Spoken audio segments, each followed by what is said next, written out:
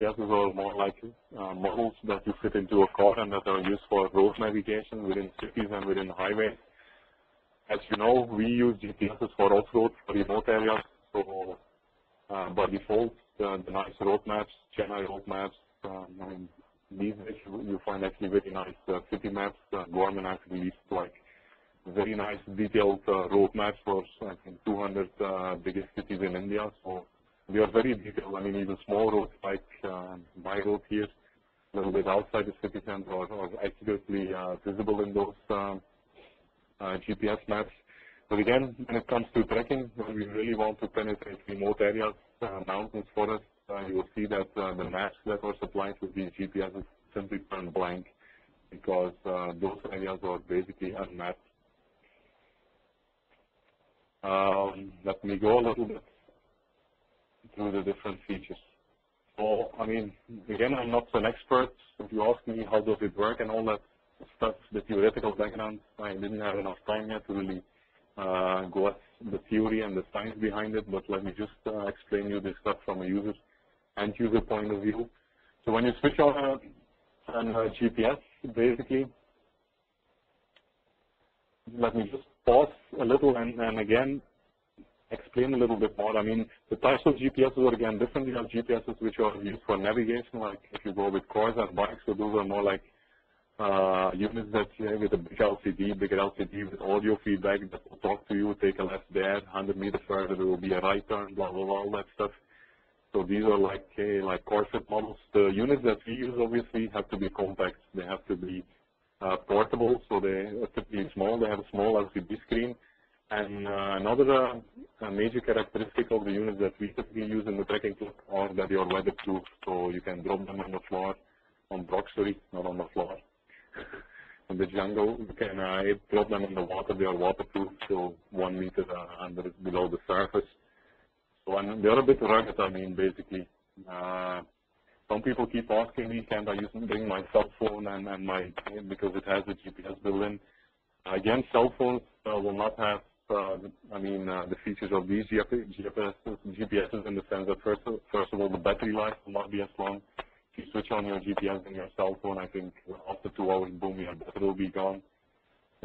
Secondly, if you drop your cell phone in the water, you can forget it again. They're not that rugged. If it starts raining or you go through some rough, if you drop them on the ground and all that stuff. So, they're not that useful actually. You really need a dedicated off-road handheld unit to be useful on a trek.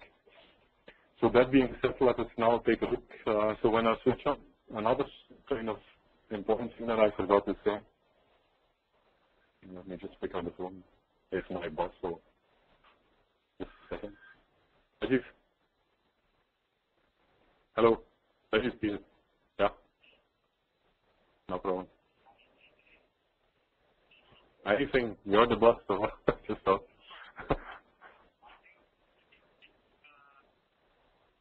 Yeah? Hi.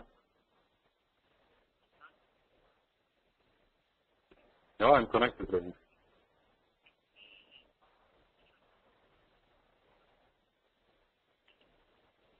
Root means root number? I don't know. Oh, root number. And last name? Oh, okay, great. Okay. Just root OYLE. You want a cell phone or something? Yeah, I will need to start the VPN. It will take. Shall I give you a call back maybe in 2 minutes? Yeah. Who? Your husband. Yeah.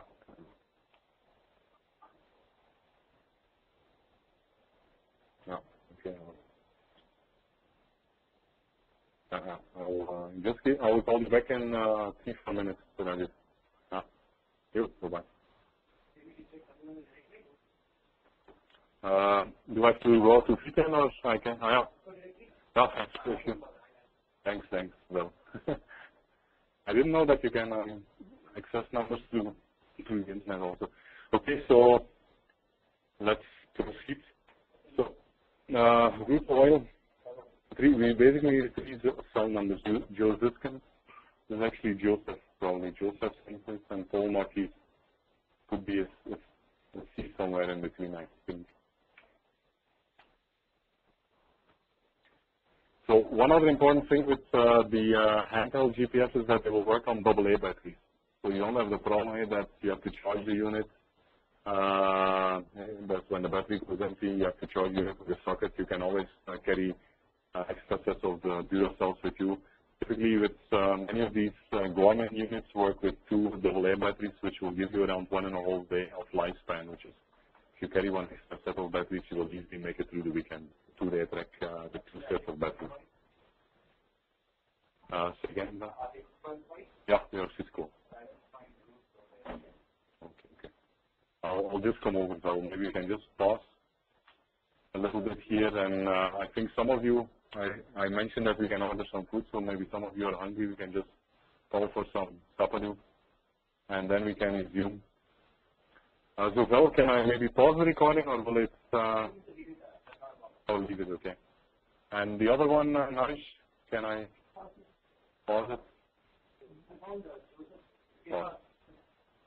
Okay. Guru, can you maybe just go around? I think there's a menu in the kitchen of a nearby place that we can call, or I think Balaji has some numbers which you can call up. Anybody who's hungry, maybe you can just give your raise your hand to Guru. You can order some food. Okay.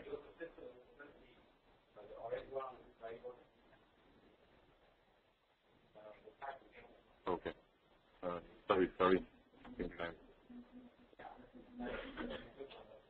Yeah. Thanks.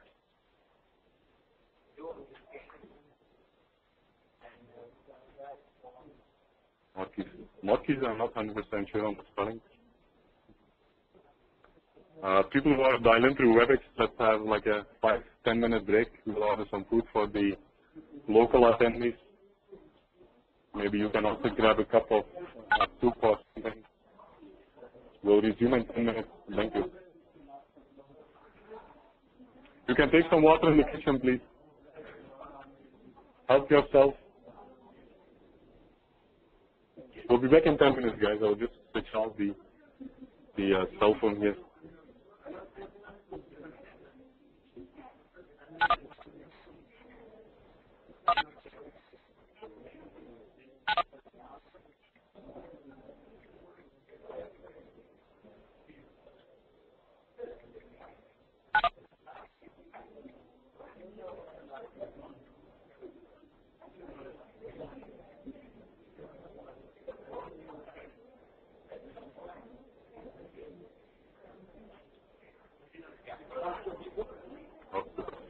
You have 2 good results and 2 sauce.